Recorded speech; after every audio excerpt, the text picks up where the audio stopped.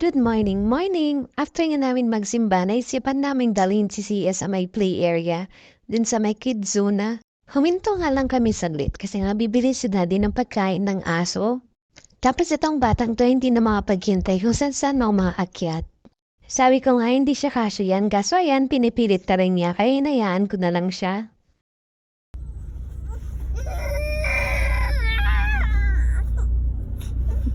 Naiyak na nga siya dito kasi nga hindi niya maiakyat yung sarili niya. Nadudulas kasi siya dahil sa sapatos niya. Tapos yan, naisip niya tanggalin yung sapatos niya. At tuwang-tuwa pa nga nung naiakyat na niya yung sarili niya. Sabi ko, sobrang init dyan. Ayaw pa rin niya bumaba kaya hinayaan ko na lang magsasawa din naman. Siya din yung kusang bababa. Akala ko nga mag-iiyak-iyak na naman siya dito kasi nga hindi siya makababa. Yun pala kaya na lang pala niyang bumaba. Yan at nakarating na kami sa Marquee. Dito muna kami sa may mga sasakyan. Trinay din nila tong elephant. Kaso sobrang bagal naman pala kaya saglit lang sila. Hindi na nila inulit. Tapos yan, umakyat na rin kami papunta sa may kids zone. Excited na tong batang to. Dumiretso siya sa may lobo.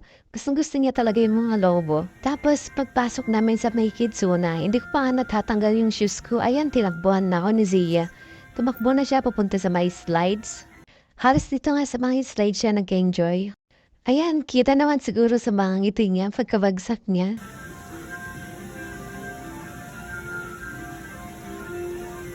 Tingnan, at tumakbo na nga rin siya papunta dito sa may mataas na slide.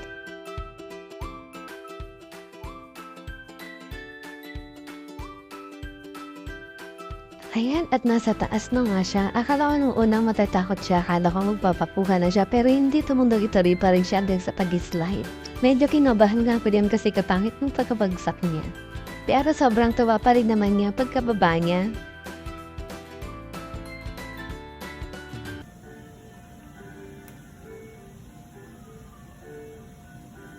After sa slides, dito naman kami sa mga lubid.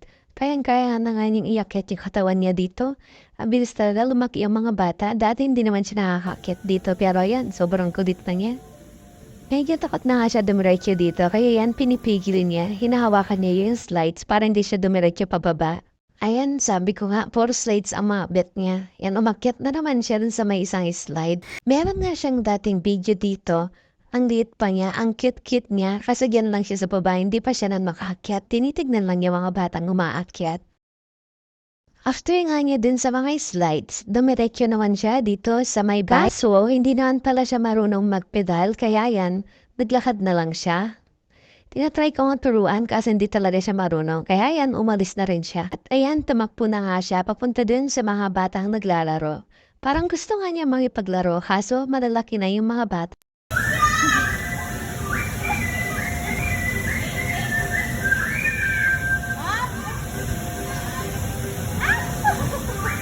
Kaya sabi ko nga ng ops, yan, nalaglag na nga siya. Kaya pinuntahan ko na lang siya, tapos binuhat ko na.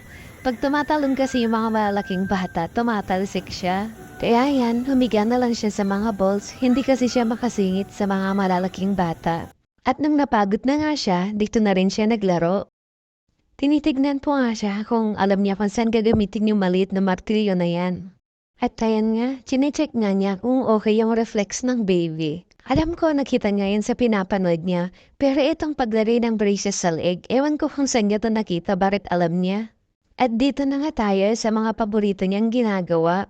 Yung nakikita niya sa mami niya, yung araw-araw na ginagawa ng kanyang ina. Maghugas, magluto, at mag-chop ng mga kung ano-ano. At tawang-tawa nga siya sa dulo pag nakakat niya yung prutas at gulay.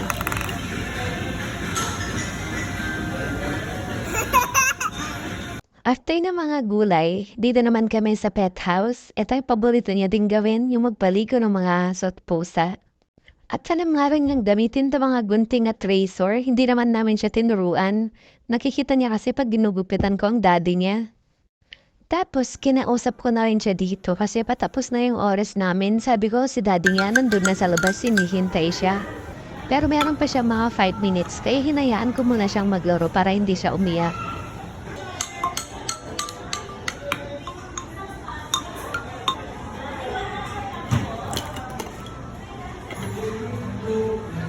At dahil sa sobrang pagod, iyan at nagutom, dumiretso na nga kami sa Jollibee para kumain. Ilang minutes nga lang kami naghintay, kaya na nga si Jollibot.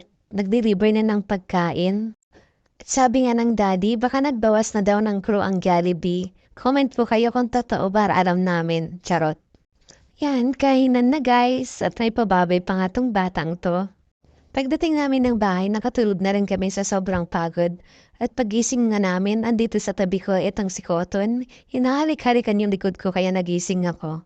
Ang hilig-hilig nga nitong maggitara. Pag ginaganyan mo yung tiyan niya, nagigitara yung paa niya. At tamang nanonood nga kami, may nagbigay na merienda si nanay yung kapitbahay namin. Tuwing nagluluto nga siya, hindi niya kami nakalimutan bigyan. Thank you so much po, Nay, sa masarap at healthy na merienda. Siya, babay na guys. Salamat sa panonood. Ingat!